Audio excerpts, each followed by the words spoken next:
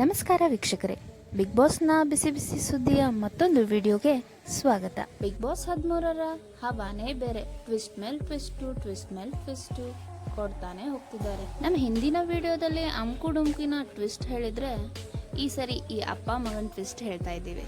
ಹೌದು ವೀಕ್ಷಕರೇ, ಈ ಸರಿ ಬಿಗ್ ಬಾಸ್ ಆಡ್ಲಿಕ್ಕೆ ಅಂತ ಅಪ್ಪ ಮಗ ಇಬ್ರು ಎಂಟ್ರಿ ಕೊಟ್ಟಿದ್ದಾರೆ. ಇವ್ರದ್ದೇ ದೊಡ್ಡ ಟ್ವಿಸ್ಟ್ ಆಗಿದೆ.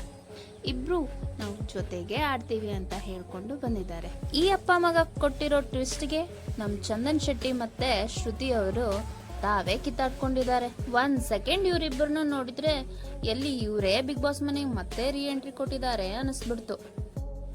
ಅಪ್ಪ ಮಗ ಇಬ್ರು ಸೇರಿ ಬಿಗ್ ಬಾಸ್ ಮನೆಗೆ ಹೋಗ್ತೀವಿ ನಾವು ಅಂತ ಹೇಳ್ಕೊಂಡು ಬಂದಿದ್ದಕ್ಕೆ ಶ್ರುತಿ ಮೇಡಮ್ ಈ ರೂಲ್ಸ್ ಇಲ್ವೇ ಇಲ್ಲ ಅಂತ ಹೇಳಿದ್ರು. ಆದ್ರೆ ಚಂದನ್ ಶೆಟ್ಟಿ ನಮ್ಮನ್ನ ನೀವು ಇಂಪ್ರೆಸ್ ಮಾಡಿದ್ರೆ ನಿಮ್ ಇಬ್ಬರನ್ನು ನಾವು ಬಿಗ್ ಬಾಸ್ ಮನೆಗೆ ಎಂಟ್ರಿ ತಗೋತೀವಿ ಅಂತ ಹೇಳಿದ್ರು. ಚಂದನ್ ಶೆಟ್ಟಿಯ ಈ ಮಾತು ಕೇಳಿಸ್ಕೊಂಡು ಶ್ರುತಿ ಮ್ಯಾಮ್ ಗರಂ ಆಗಿ, ಈ ರೂಲ್ಸ್ ಇಲ್ವೇ ಇಲ್ಲ, ಈ ರೂಲ್ಸಿಗೆ ನಾನು ಒಪ್ಪೋದಿಲ್ಲ, ನೀವು ಬಿಗ್ ಬಾಸ್ ರೂಲ್ಸ್ನೇ ಚೇಂಜ್ ಮಾಡ್ತಾ ಇದ್ದೀರಾ ಅಂತ ಹೇಳಿ ಚಂದನ್ ಶೆಟ್ಟಿ ಮೇಲೆ ಕೋಪ ಮಾಡಿಕೊಂಡ್ರು. By the first time Bigg Boss ಹಿಸ್ಟ್ರಿಯಲ್ಲಿ ಒಟ್ಟಿಗೆ 2 ಸ್ಪರ್ಧಿಗಳು ಮನೆಯೊಳಗೆ ಹೋಗ್ಬೋದಾ, ಆಟ ಆಡ್ಬೋದಾ? ಈ ರೂಲ್ಸ್ ಇದೆಯೋ ಇಲ್ವೋ ಅಂತ ನಾವು ಕಾದ್ ನೋಡ್ಬೇಕು. ಆದ್ರೆ ಇವರಿಬ್ರು ಕಿತ್ತಾಟದಲ್ಲಿ ಸಂಗೀತ ಅವರು ಮಧ್ಯೆ ಎಂಟ್ರಿ ಕೊಟ್ಟು ನಿಮ್ಮಿಬ್ಬರಲ್ಲಿ ಒಬ್ಬರೇ ಬಿಗ್ ಬಾಸ್ ಮನೆಯಲ್ಲಿ ಹೋಗೋಕೆ ಅವಕಾಶ ಕೊಡ್ತೀವಿ ಅಂತ ಹೇಳಿ ಬಿಗ್ ಬಾಸ್ ರೂಲ್ಸ್ನ ಫಾಲೋ ಮಾಡಿದ್ದಾರೆ.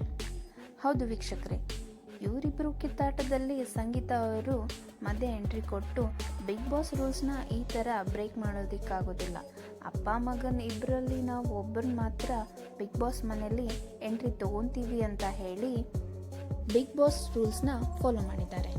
ಆದರೆ ಯಾರು ಒಳಗಡೆ ಹೋಗಬೇಕು ಅನ್ನೋ ಡಿಸಿಷನ್ ಮಾತ್ರ ಅಪ್ಪ ಮಗನ ಮೇಲೆ ಬಿಟ್ಟಿದ್ದಾರೆ.